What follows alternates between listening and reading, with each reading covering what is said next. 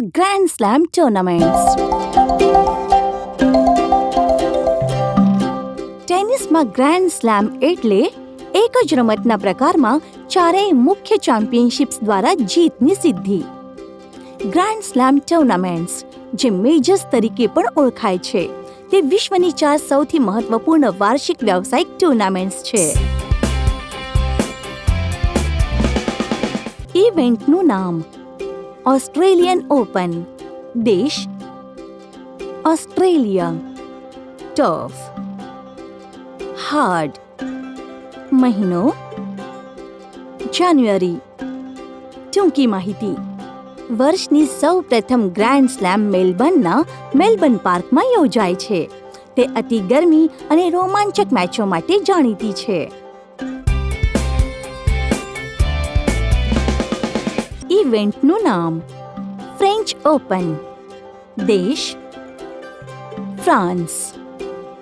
Turf: clay. મહિનો: મે અને જૂન. ટૂંકી માહિતી: પેરિસમાં રોલાન્ડ ગેરેસમાં રમાય છે, જે લાલ ક્લે કોર્ટ્સ માટે પ્રખ્યાત છે.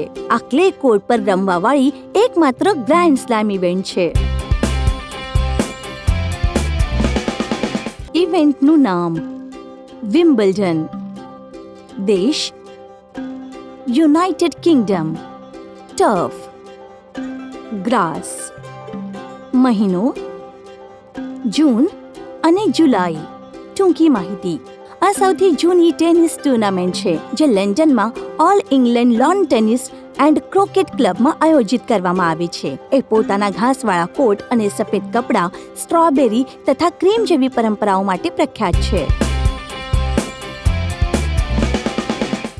ઇવેન્ટનું નામ: યુએસ ઓપન.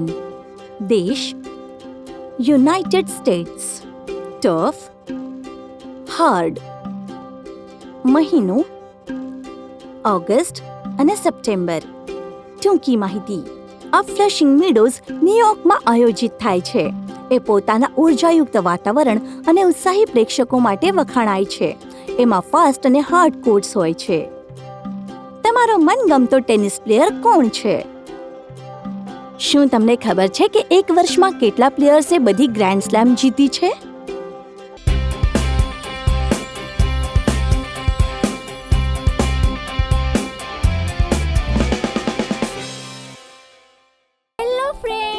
આશા છે તમને આ વિડીયો ગમ્યો હશે. તો કૃપા કરીને આને લાઈક કરો, શેર કરો, કમેન્ટ કરો અને અમારી ચેનલને સબસ્ક્રાઇબ કરો.